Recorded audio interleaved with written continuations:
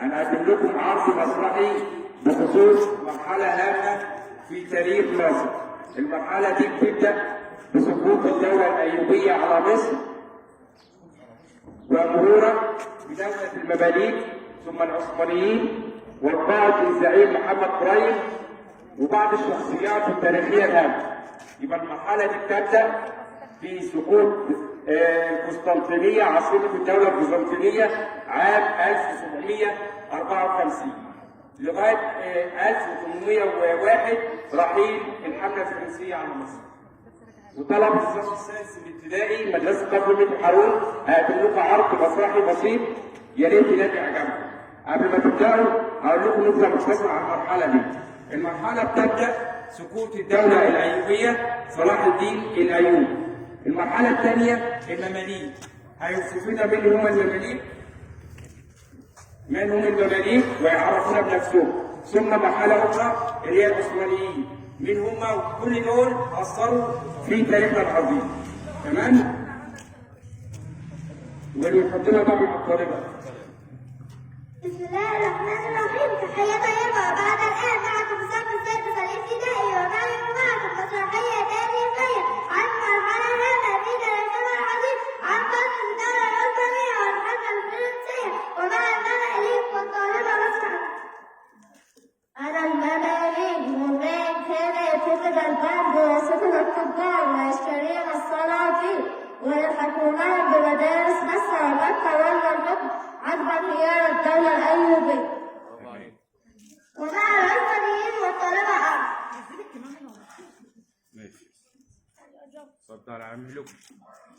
قبائل آسيا الوسطى بعد عرف العثمانيين نسبة إلى مؤسس دولتهم عثمان بن أرطغرل.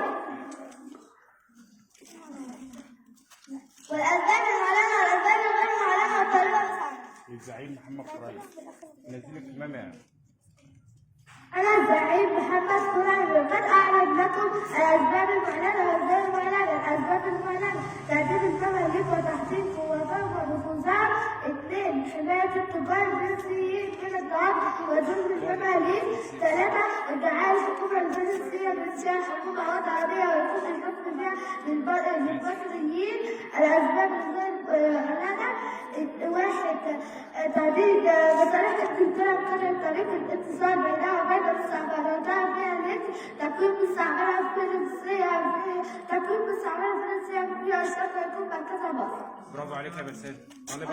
ونابليون والطالبة أنا نابليون بونابرت أبحثت على ميناء الإسكندرية ثم جزيرة مالطا ثم اتجهت على الإسكندرية عام 1798. شكرا يا ضحى.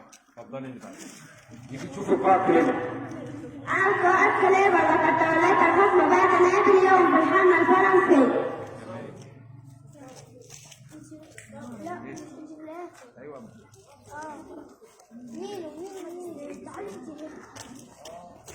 ومن والطالبة السيد. أنا أمين توليت الحكم بعد وفاة كلامة ستات العام 1801.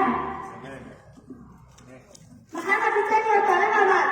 أنا السلطان محمد الثاني الملقب بمحمد الفاتح أحد سلاطين العثمانيين وقمت بالاستيلاء على مدينة القسطنطينية عاصمة الدولة البيزنطية اسطنبول حاليا عام 1453 ميلادية واتخذتها عاصمة الدولة العثمانية.